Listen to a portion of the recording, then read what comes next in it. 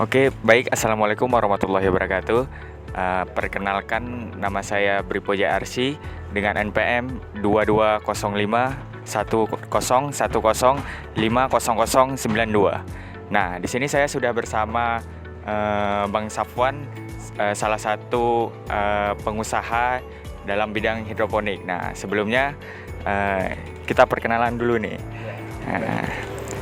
Baik, Bang Safwan sendiri asalnya dari mana dan mengapa bisa terpikirkan bisa jadi pengusaha di hidroponik gitu? Awal mulanya bagaimana? Ceritain, Bang. Oke, terima kasih sebelumnya. Nama saya Safwan. Asli saya dari Lame, Kecamatan Sakti, Kabupaten Pidi. Saya menjalani usaha hidroponik ini sebenarnya berangkat dari usaha-usaha lainnya juga, karena sebelumnya kita udah pernah mencoba di peternakan, kemudian juga kita pernah mencoba di dunia kopi, dunia hitam gitu-gitu. Jadi salah satu yang mungkin alhamdulillah masih berjalan sampai sekarang adalah di hidroponik. Kenapa memilih hidroponik? Dulu kami berpikir mungkin hampir sama mayoritas pemuda sekarang.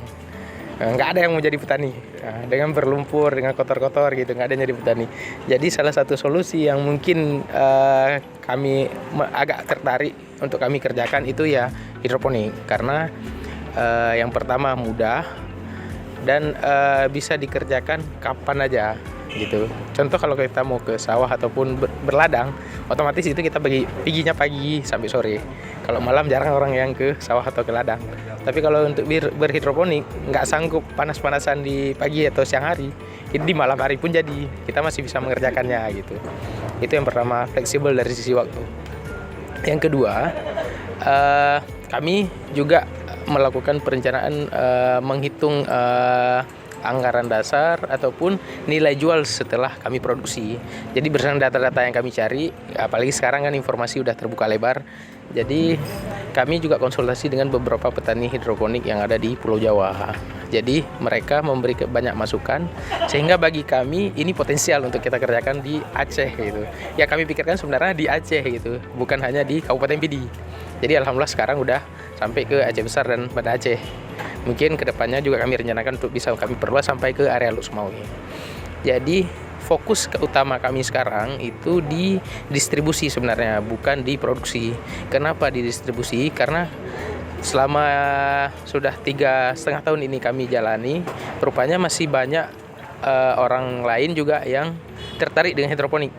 Tapi mereka lebih sukanya untuk cuma produksi, mereka tidak memikirkan bagaimana cara pemasarannya, sehingga kami yang fokus di pemasaran.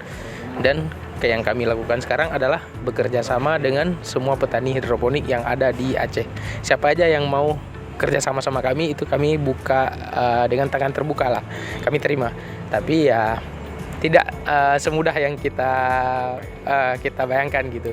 Kita harus mendekati mereka dulu, karena apapun cerita ke kita didistribusikan banyak tantangan dan sebagainya. Jadi kita harus bisa benar-benar klop lah nih sama partner kebun kita. Jadi mereka harus menghasilkan sayuran yang kita inginkan sesuai dengan spek kita gitu, sesuai dengan kualitas yang kita mau, sehingga konsumen nggak ada yang komplain gitu-gitu.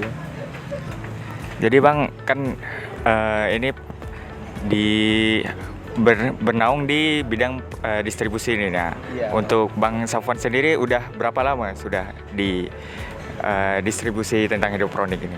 Untuk proses distribusi ini sudah kami fokuskan selama hampir 2 tahun. Di tahun pertama kami sebenarnya murni produksi hidroponik, sama juga dengan petani-petani lainnya. Ternyata hidroponik ini cukup luas, bahkan sampai sekarang kami menerima jasa konsultan hidroponik. Jadi kalau ada yang mau belajar sama kami, itu kami buka kelasnya, ataupun yang mau kami buatkan untuk hobi di rumah juga kami buatkan gitu. Jadi sebenarnya sudah lebih luas sekarang. Tapi kami masih fokus ke distribusi dulu, karena bagi kami untuk sekarang kami belum bisa mengatakan stabil lah untuk proses distribusi, karena masih banyak masalah yang kami hadapi, kayak nggak cukupnya barang ataupun ya permasalahan di perjalanan, karena kan barangnya sebagian harus kita kirim dari kebun-kebun petani begitu. Oke, baik teman-teman, ini kan tadi sudah dijelasin sama Bang Safwan nih, kalau misalkan ingin ingin mempelajari lebih lanjut bisa langsung hubungi Bang Safwan sendiri ya Bang? Iya, boleh. Boleh. Nanti bisa kita jalan-jalan ke kebunnya mitra-mitra kami. Walaupun sekarang ini unit Lokagro ini belum memiliki kebun sendiri sampai sekarang. Tapi kami ada beberapa kebun mitra kami yang langsung di bawah kontrol kami, yang dari pupuk, dari nutrisi, dari semua itu kami yang kontrol sampai sekarang dengan sistem kerjasama. Oke, baik. Itu penjelasannya. Untuk Bang Safwan sendiri nih, dalam bidang distribusi ini tantangan terbesar yang harus dihadapi, yang banyak ditakuti sama orang itu bagaimana Bang?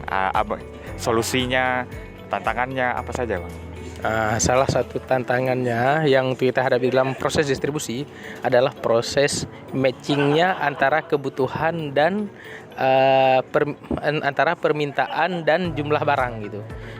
Terkadang ada suatu waktu nanti yang permintaannya melonjak, kita jumlah barangnya nggak bisa langsung kita perbanyak. Maksudnya kita kan butuh proses untuk penanamannya, sehingga antara barang masuk sama barang keluar itu harus match jadinya. Jangan sampai ada yang terbuang. Mungkin tantangan pertama pasti ada yang busuk dan terbuang. Kemudian di jalur distribusi, yaitu ketika pengiriman barang, ketika packingan barang sehingga barang itu tahan lama.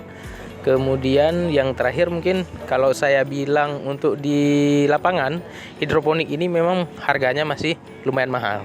Jadi ketika kita bandingkan dengan sayuran ataupun sayuran yang ditanam konvensional di tanah, itu mungkin harganya bisa 2 kali lipat. Secara nilai ekonomisnya dapat untuk kita yang di dunia usaha ini. Namun tantangannya di pasar, kita harus mengedukasikan konsumen. Bagaimana konsumen itu harus tahu apa kelebihan hidroponik, sehingga sebenarnya nilai yang mereka dapatkan sama, bahkan lebih besar manfaatnya yang mereka dapatkan jika mereka menggunakan sayur hidroponik gitu. Cuma masih kita harus mengedukasikan kembali ke konsumennya, sehingga yang mereka dapatkan layak sesuai dengan uang yang mereka keluarkan gitu. Baik, untuk Bang Safwan sendiri, kan ini banyak yang belum berani lah untuk terjun langsung menjadi pengusaha hidroponik. Nah, Bang Safwan sendiri dapat motivasi dari membuka usaha hidroponik ini, distribusi usaha hidroponik ini dari mana awalnya, Bang? Sebenarnya dari masalah yang kami hadapi sendiri, karena di awal kami memang membangun kebun, tapi kebun yang kami bangun ini bukan murni kebun kami sendiri, kebun orang lain yang kami coba untuk kami kelola. Namun di tengah perjalanan yang kami hadapi, kadang ketika barang habis di tempat kami, itu konsumen kami nggak mendapatkan barang lagi. Jadi mereka harus nunggu panen berikutnya. Ataupun ketika barangnya panen besar, itu kelebihan barang. Jadinya di sini kan masalah itu. Jadi untuk kami coba untuk selesaikan masalah ini dengan kami ciptakan sendiri jalur distribusinya, sehingga mau nggak mau itu barang kami harus habis, jangan ada yang terbuang. Ataupun ketika barang kami ada kebun-kebun tertentu yang terganggu proses panennya ataupun gagal panen, kami masih mendapatkan stok lain dari kebun-kebun partner kami untuk mencukupi kebutuhan si konsumen gitu. Untuk distribusinya sendiri sudah kemana saja Bang yang paling jauh untuk distribusi Lokagro ini? Kalau dari Lokagro ini yang paling jauh udah distribusinya ke Medan. Mungkin ini hampir semua orang ketawa sih dengarnya, karena biasanya sayur Medan yang masuk ke tempat kita. Tapi kami mencoba gimana caranya hidroponik ini laku di Medan. Dan alhamdulillah sudah kami jalankan sebulan. Tapi ini baru sekedar cek ombak atau riset kecil-kecilan gitu. Jadi udah kami lakukan sebulan. Masih ada hal-hal yang permasalahan yang kami dapatkan di lapangan, bukan di masalah sayurannya. Padahal dari sisi nilai ekonomis itu bisa lebih tinggi di Sumatera Utara dibandingkan di tempat kita di Aceh. Kalau di Aceh kami udah mentok, kami jualnya 25.000 per kilo, tapi kalau di Sumatera Utara atau di Medan itu bisa sampai 40.000 per kilo gitu. Jadi harga secara ekonomis sangat cocok, namun kami belum mendapatkan settle teknisnya di lapangan. Karena kan kita kontrol dari jauh ini, Jadi di situ mungkin kami harus memperbaiki lagi manajemen kami sendiri begitu.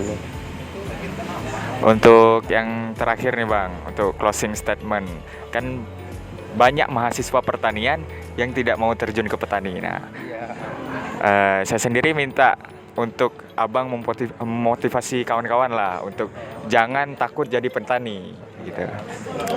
Oke, kepada kawan-kawan mungkin yang di agrotech ya, kawan yang di agrotech, memang di dalam dunia entrepreneurship ini nggak ada yang mudah. Bukan berarti menakut-nakuti, dalam artian masih banyak tantangan yang harus kita selesaikan. Jadi saya rasa kan kita sebagai mahasiswa pasti sudah punya ilmu lebih lah, mindset kita sudah jauh berbeda di antara kebanyakan petani mungkin yang sekarang gitu. Karena petani sekarang kan adalah petani konvensional, mereka mengerjakan semua secara tradisional. Kalaupun ada yang mau belajar, mereka belajar dari YouTube, tapi tanpa dasar. Jadi untuk kawan-kawan yang ada di agrotech, saya berharap kalian menjadi solusi untuk semua petani. Kalaupun kalian nggak mau jadi petani, menurut saya tidak masalah. Tapi kalian harus menjadi solusi terhadap masalah-masalah yang dihadapi petani sekarang. Salah satunya kalau yang saya bilang tadi ya, mereka berhasil memproduksi sayuran, berhasil memproduksi hasil pertanian, tapi mereka gagal di pemasaran. Ada juga mereka tidak melakukan cara nanam yang selayaknya mungkin yang kita tahu sekarang dengan metode yang lebih efektif dan efisien. Kadang mereka terlalu masih berkutat di secara konvensional. Jadi kapan kita berkembang, sedangkan negara-negara maju sudah menerapkan teknik-teknik pertanian terbaru. Dan saya rasa mungkin ya kawan-kawan di agrotech yang lebih mengetahui tentang itu. Jadi kalian itu harus hadir jadi solusi buat masyarakat ataupun petani yang ada khususnya di Aceh dulu lah. Gimana caranya dengan dengan alam Aceh ya yang sangat cocok untuk pertanian, ya bisa kita tingkatkan perekonomian masyarakat khususnya petani begitu.